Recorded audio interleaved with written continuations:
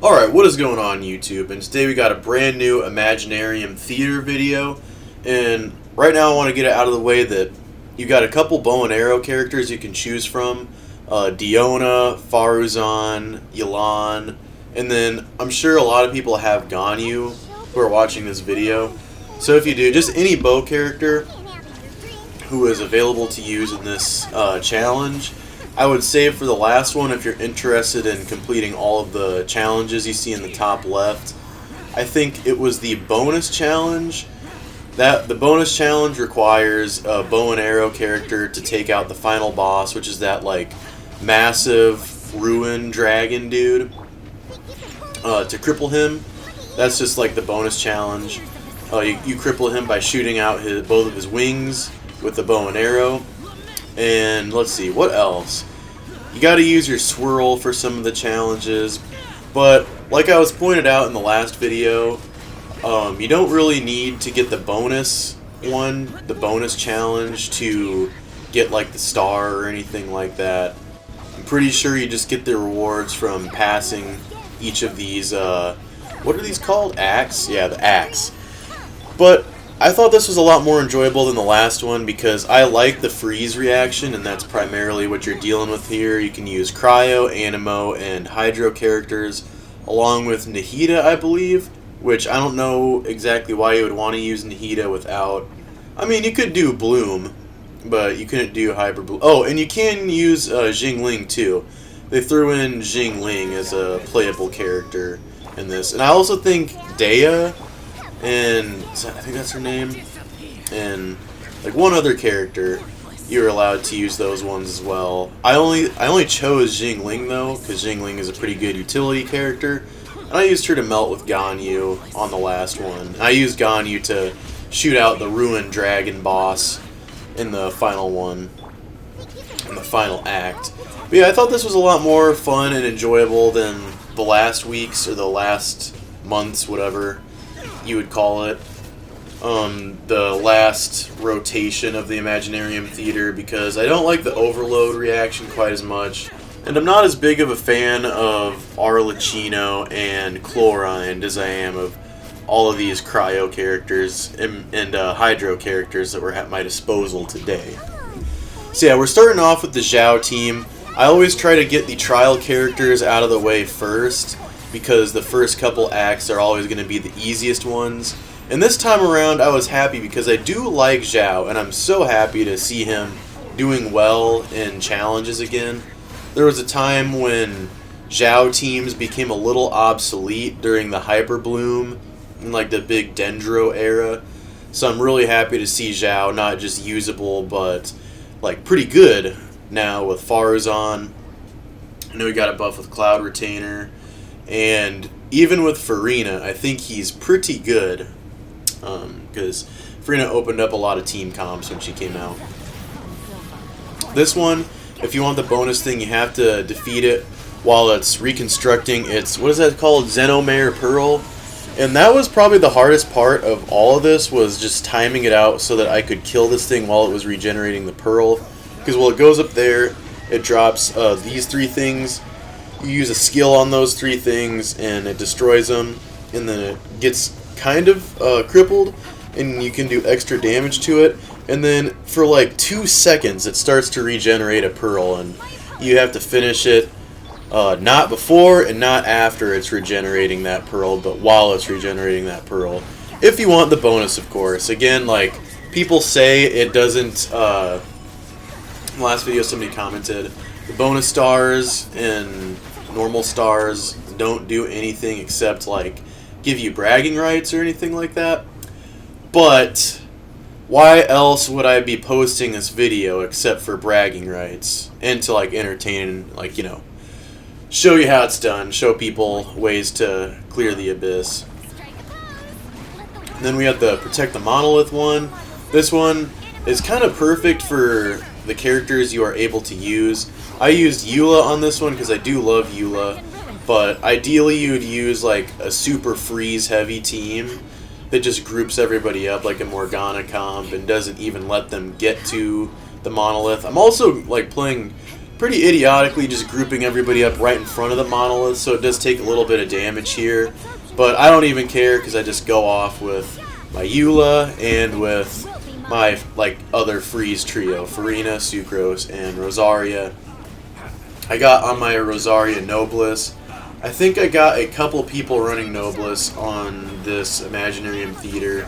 Rosaria is one of them. Jingqiu is one of them. Diona is one of them. And I'm not sure what Farazan comes equipped with. I'm really not. Because I don't have Farazan built. That was the trial character. So if she has it, could potentially be 4 characters that are running Nobliss.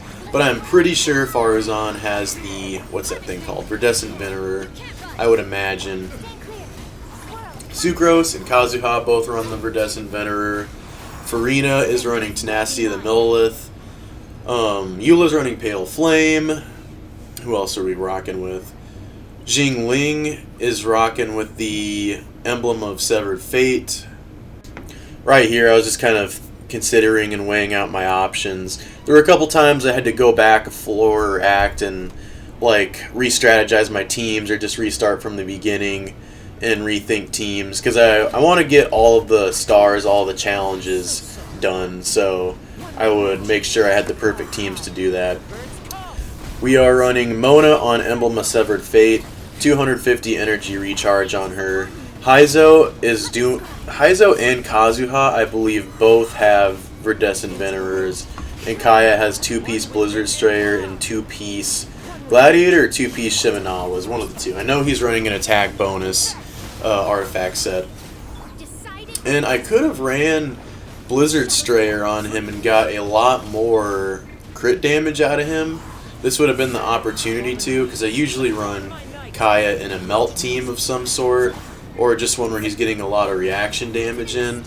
But I didn't switch it up. I think Kaya still did very well in this Imaginarium Theater, even without Blizzard Strayer 4-piece, so this is one act that I would highly recommend using a strong crowd control like Kazuha on, because all of these opponents you're fighting, you kind of see spawning throughout this room, spread apart. So grouping them up is huge. Strangely enough, this is one act that I struggled on the most as well, and it is simply because I wasn't initially using characters that could make it across the room and do as much damage and get their skills off to proc energy particles and quick enough timing. So I had to come up with this double Animo team right here that helped me a lot, but it took a couple tries to get to that point where I knew this was the team I wanted to run. But yeah, I honestly like what Genshin's been doing lately. I can tell they have been putting a lot of thought into the newer events. Fontaine has been one of my favorite new places. I've played this game since it came out, just a couple months maybe after it came out originally. The current character on the banner was Zhao for the first time on the Wish banner when I started playing the game. So I saw all of the newer places come to the game as they were introduced, and Fontaine is definitely my favorite one. I think Fontaine has had the most fun events, the most fun areas to explore, the least monotonous, challenges regarding unlocking treasure chests and stuff throughout the map. The exploration is pretty smooth, especially for being underwater. I thought that was going to be such a painful mechanic to explore and navigate, but it wasn't so bad. I'm going to hold that thought for a second and explain how this bonus challenge says interrupt the villain's searing coronation, and that is basically right here when he plops himself into the ground. He submerges himself. Basically, you just want to break his pyro shield, his little shell, while he's in the ground, and that's what that means. And to do that, you're going to want to weaken his shield a little bit at first, but not destroy it, because otherwise he'll go into this state you're seeing me whoop on him in right now, and then he'll regenerate it if you don't kill him in time. And it just kind of puts you in the cycle of him not really getting into that coronation state, because usually he has to go through a couple attack programs and cycles to even get to the point where he uses the coronation attack. A little bit of hydro application right away, and then once he gets into the coronation thing, just finish off that pyro shield. And then right here, you just want to run things that will melt pyro shields and kind of group up, because these heralds tend to drift apart or start far apart. So when you're doing damage to the pyro shields, it's sometimes harder to do that damage and apply hydro or cryo or whatever you want to damage their pyro shield with to them both at the same time, which is pretty critical for doing it in time, because it kind of just takes a little bit of time to break those pyro shields. So grouping them up is definitely the ideal way to go. As best you can, I would try crowd controlling, because it's just so much more time efficient to apply hydro to both of them at the same time. But anyway, like I was saying before I interrupted myself, I really have enjoyed the Fontaine update. I enjoy the Imaginarium Theater. I wish that, you know, we had the Imaginarium Theater in addition to new Spiral Abysses every 16 days. But I understand what Genshin's doing. They gave us a more, what's the word? Like a fresh way of obtaining the rewards, more new in-game content, but without giving us too many Primo Gems, because, you know, that's a big way, that's the pretty much only way they make money, is by having people purchase the Primo Gems. So if they gave it to all of them to us through challenges, they wouldn't be making as much money anymore. So I get why they do it. I don't know, I enjoy the challenge and like proving myself in the Spiral Abyss with the team. So I don't know, I guess I just wish I had more to do every 16 days on this game, as opposed to just still one thing. It's just that one thing is different now. I'm super excited for Natlan, or whatever it's called, Natlan, the Pyro location. I'm pretty sure it's just going to be like 3 weeks and a couple days away. So that's absolutely huge. I can't wait for that. I really hope Signora comes out.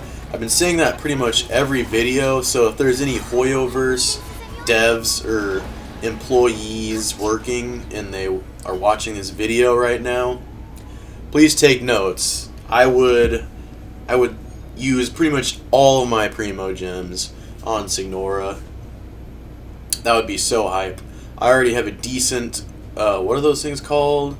Catalyst. I have a decent Catalyst, and I have a lot of Crimson Witch artifacts, which I imagine would work on her. I bet she'll have her own artifact set, but I think she'll at least start out as Pyro, so my good Crimson Witch pieces should do well with her. And I also left the little, what are those, the like end credits for the Imaginarium Theater in this time, just so you guys can see what it's like. I felt bad cutting it off early the last time.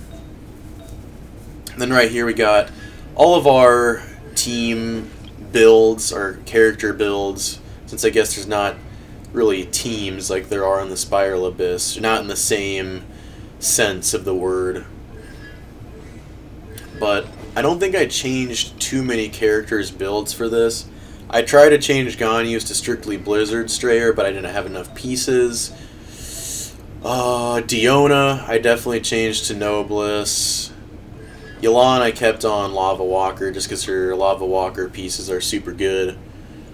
And Mona is not on Instructor anymore. She's on Emblem of Severed Fate, because I knew I would need that energy in a team that wasn't like, didn't have 3 Hydro characters in them, which is usually what I use her.